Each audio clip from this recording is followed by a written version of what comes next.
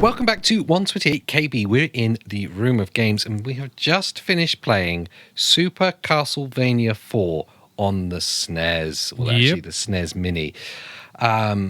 We are going for a bit of a Metroidvania binge, I would say. Oh, yeah. Actually. Yeah, definitely. It wasn't a Metroid binge, and then we found Super Castlevania IV, and we're like, all right, go on then. Yeah, we just got to. Yeah, they're kind of related. Yeah. Kind of. They share a whole genre. Yeah, just those two games. There you go.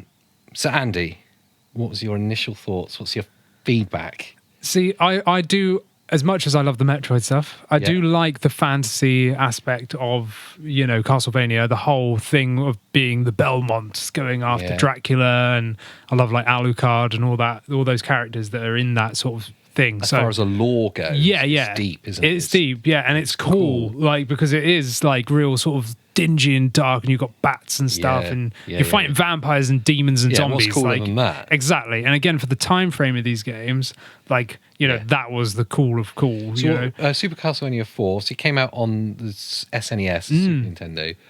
Was it 91? It was 1991, yeah. 91. It's really early on in that generation of games. Yeah, definitely, yeah. And it was the fourth one, so there was already others there. Yeah. So being the fourth one, I mean, when we were playing, I said to you, what do you sort of prefer? And you were like, comparing it to Metroid, Super Metroid. Yeah. And you were like, no, Super Metroid.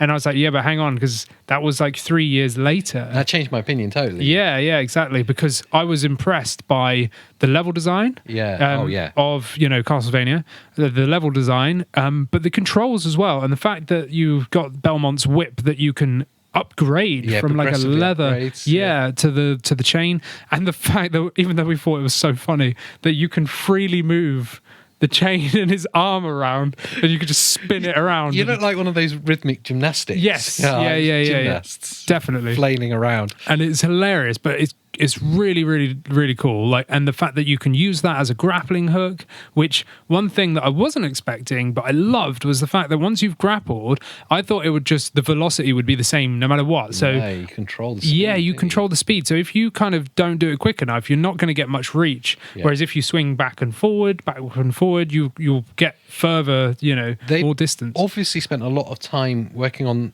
the mechanics of the whip in general. Obviously, it's your main weapon. You do have like the special weapons that you can activate with the shoulder with R button. Yeah, which you gain hearts for. That's confusing. I'll get to that. Yeah, we'll get back to that. But they spent a lot of time working on the animation of your whip. Oh, yeah. Like you say, you can hold it out and control it. And there's multiple points of animation within that. And then you use it not just for fighting enemies, but like you say, for traversing parts of the level later on. And again, the animation and the mechanics of it are actually, for 1991, incredibly detailed and intricate. Yeah, massively. And that's why when we were playing it, like I sort of brought up that comparison because I was really impressed by it being an earlier game at how well developed it was. Yeah, totally. They've clearly put a lot of time and effort, like passion into that game. Yeah. As much as I still probably prefer the Metroid stuff. Well, so here's the thing then. If you're going to make a comparison, Metroid is or Super Metroid at least, it's just a little bit quicker to play. The mechanics are a little bit quicker. You're a little bit freer moving. Yes. I know it comes 3 or so years later on. Yeah. And I guess that's where the improvement comes from. Super Castlevania IV, it was a little bit slow. The jump mechanics are a little bit stiff. That's how I describe it. You feel a little bit stiff. Yeah.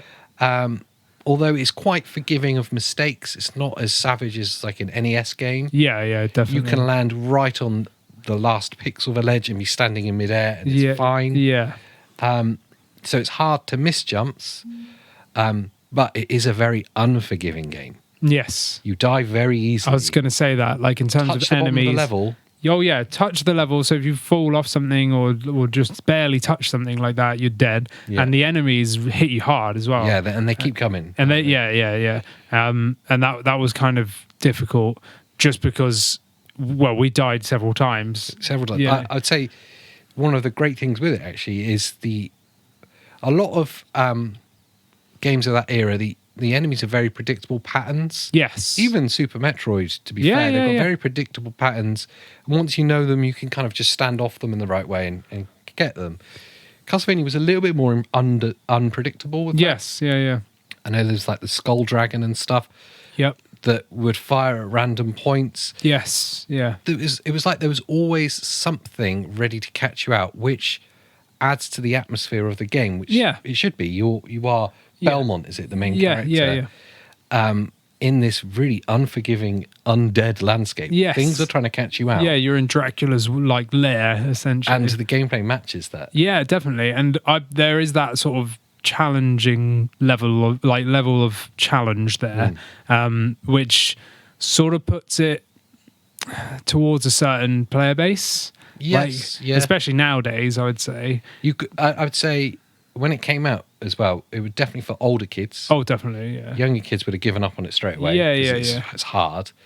And now I would say it's probably the same. Yeah. It's for older players. Yeah.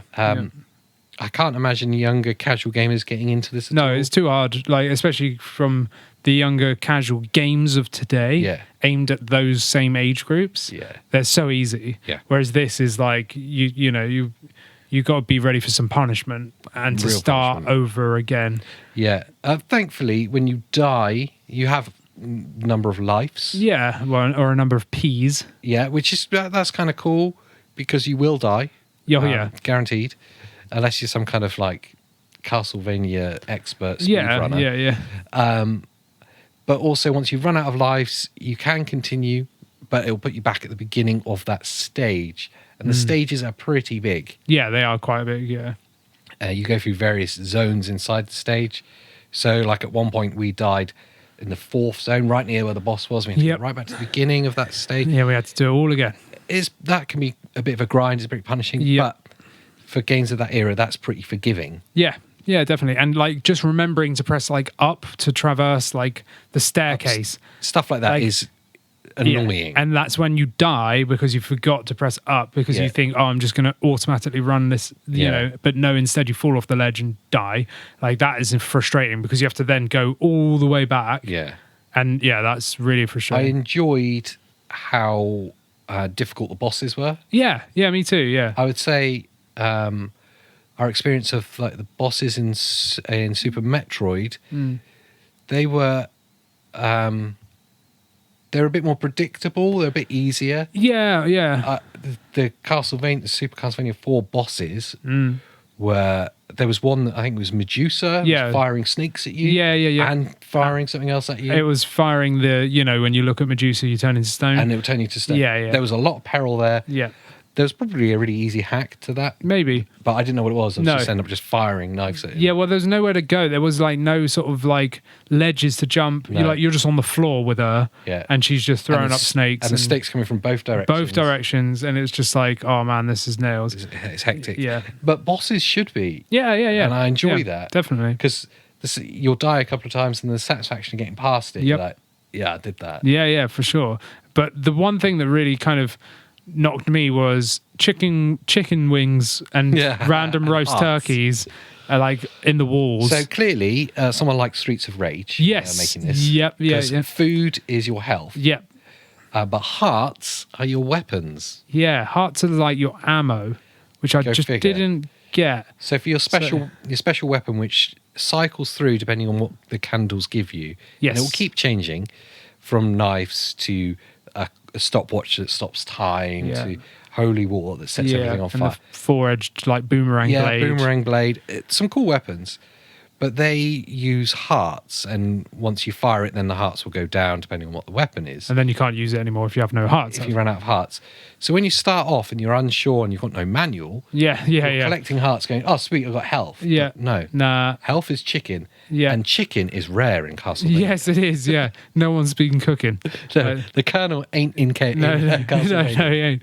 But if he has been, he's hidden them in the walls. He does actually hide fully roast cooked chickens in walls. Yeah, you have to like bash down like a wall, and then a turkey, like a roast turkey, will just fall out, which is great. I mean, I'm all for that. But not enough health in that game. No, it was difficult, but maybe that's the peril, you know. True. I mean, you would get the odd chicken wing, which would be like less health. Yeah. But it was few and far between. Yeah. In comparison to the hearts, which were like every candle like that you destroyed was a heart. And then you kind of figure out as you kind of progress through the stages that you stop using your special weapon quite quickly and just use your whip. Yeah, I was doing that all the time. So the hearts become almost unnecessary in their frequency. Yes, yeah. I preferred flailing around with the whip extended. You did enjoy I'd loved that whip around. Well, as soon as I realised, because again, we just stumbled on that by accident, and I don't know why. I think I was spamming to try and hit an enemy at an angle, because I really like the fact that you can crouch and like shoot your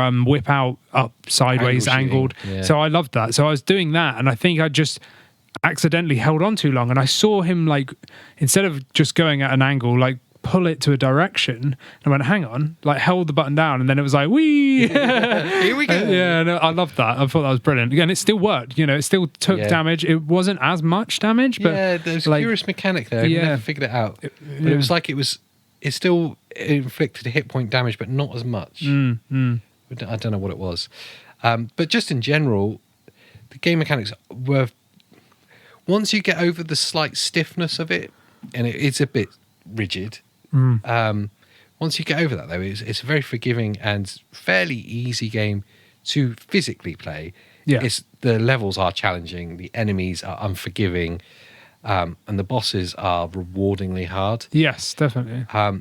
I'm not sure if it's the kind of game I'd like to go back and grind at again.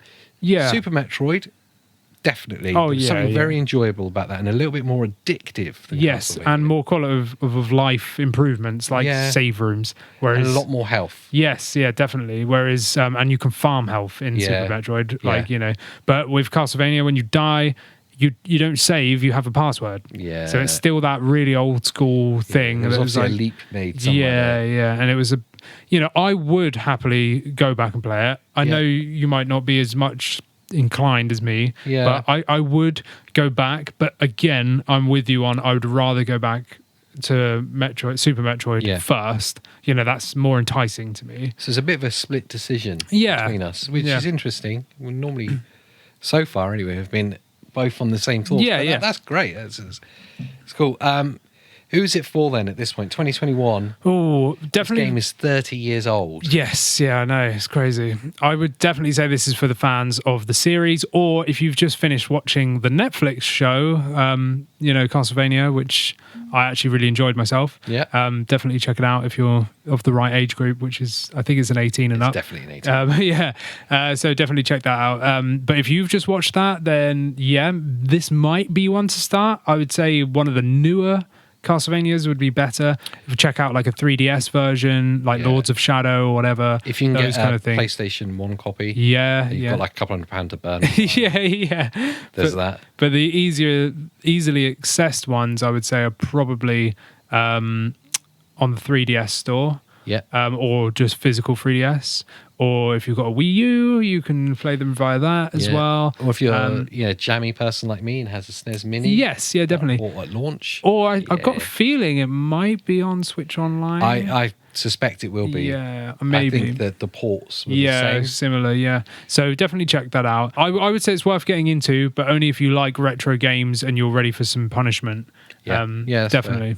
Yeah, definitely a bit more of a challenge than, I don't know, Mario Kart. Oh, God, yeah. Yeah, definitely. So that about wraps it up. It does indeed. Thanks for watching. Make sure you like, comment, and subscribe wherever you find us. We are 128 KB across all of the internet. Oh, yeah. And most importantly, make sure you check out our website, 128kb.co.uk. So thanks for watching, and we'll see you next time. Yeah. See ya.